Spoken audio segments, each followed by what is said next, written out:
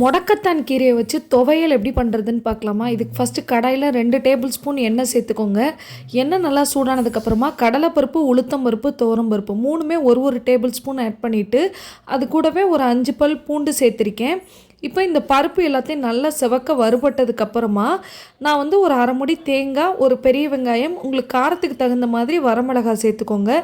இது எல்லாத்தையும் சேர்த்து நல்லா வதக்கி விட்டதுக்கப்புறமா இதில் வந்துட்டு நான் ஒரு கைப்பிடி அளவுக்கு முடக்கத்தான் கீரையை நல்லா கழுவி சுத்தம் பண்ணிவிட்டு சேர்த்துக்கிறேன். இது கூடவே ஒரு குட்டி கோலி உருண்டை சைஸ் புளி, தேவையான உப்பு சேர்த்து நல்லா வதக்கி விட்டுக்கோங்க.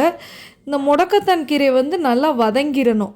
அதே மாதிரி இந்த துவையலுக்கு நிறையாவும் சேர்த்துடக்கூடாது. நிறையா சேர்த்திங்க அப்படின்னா ஒரு மாதிரி கசக்க ஆரம்பிச்சிரும். ஒரு கைப்பிடி அளவுக்கு சேர்த்துக்கோங்க, கரெக்டாக இருக்கும். இப்போ நல்லா வதக்கிட்டு இதை வந்து ஆற விட்டுருங்க. ஆறுனதுக்கப்புறமா மிக்சியில் சேர்த்து நல்லா நைஸாக அரைச்சி எடுத்தீங்க அப்படின்னா முடக்கத்தான் கீரை துவையல் ரெடி. தேங்க்யூ.